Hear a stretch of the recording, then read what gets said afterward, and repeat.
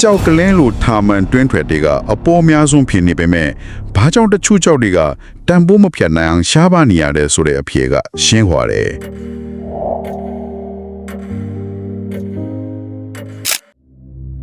ဟုတ်ကဲ့လိုအပ်တဲ့ပါဝင်ပစ္စည်းတွေအတိအကျရှိနေဖို့လိုတယ်လို့မလိုအပ်တဲ့ dressing တွေကင်းစင်နေဖို့လည်းလိုသေးတာကိုရှင်အဲ့လိုအခြေအနေတွေအားလုံးတပြိုင်တည်းတိုက်ဆိုင်ဖို့ဆိုတာသဘောပါတရားကြီးမှာအင်ပတန်ခင်းရင်လို့ကိုရှားပါနေတာပါသဘောပေါက်ပြီဗျာဒါနဲ့စိန်တွေရဲ့ဖြစ်စဉ်ကလည်းတီးတန့်ကွဲထွက်နေသေးတယ်မို့လားကဘာမီယောအင်မတန်နဲ့တဲ့နေရာကနေထွက်လာတာဆိုတာလေစိန်တွေကတော့သဘောပါတရားရဲ့စမ်းသပ်မှုအကြီးစားကြီးလို့ပြောလို့ရတယ်ရှင်လွန်ချဲတဲ့နှစ်ပေါင်းထက်ဘီလီယံကနေ3ဘီလီယံအကြားလောက်ကနေတဲကဖြစ်တည်ခဲ့တာပါအတော်ကိုရှေ့ကြတာပဲနော်ဟုတ်တယ်ရှင်ကဘာမီအောက်ကီလိုမီတာ150ကနေလောက်50အထိနဲ့တဲ့နေရာတွေမှာအင်္ဂလန်ပင်းထန်တဲ့ PR နဲ့အပူချိန်အောက်မှာကာဗွန်တွေစူစီးပြီးစိန်ဖြစ်လာကြတာပါ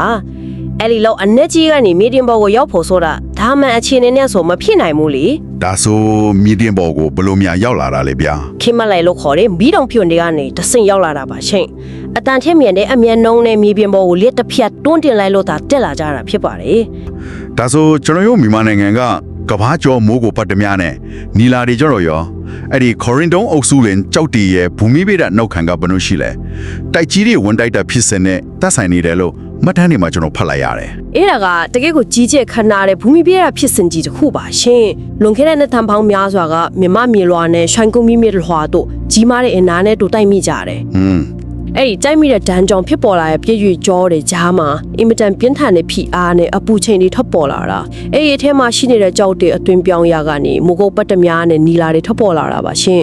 မိုးကုတ်ရဲ့မြေစီလွာနဲ့တွင်းထွက်ဖွဲ့စည်းပုံကတီးထန်ဖြစ်နေလို့ဒါဒီလိုထိတ်တန့်အရေးတွင်းမြထွက်လာတာပါတကယ်ကိုလီးစားစရာပဲဗျဒီလောက်ပြင်းထန်တဲ့ဘူမိဗေဒဖြစ်စင်းနေ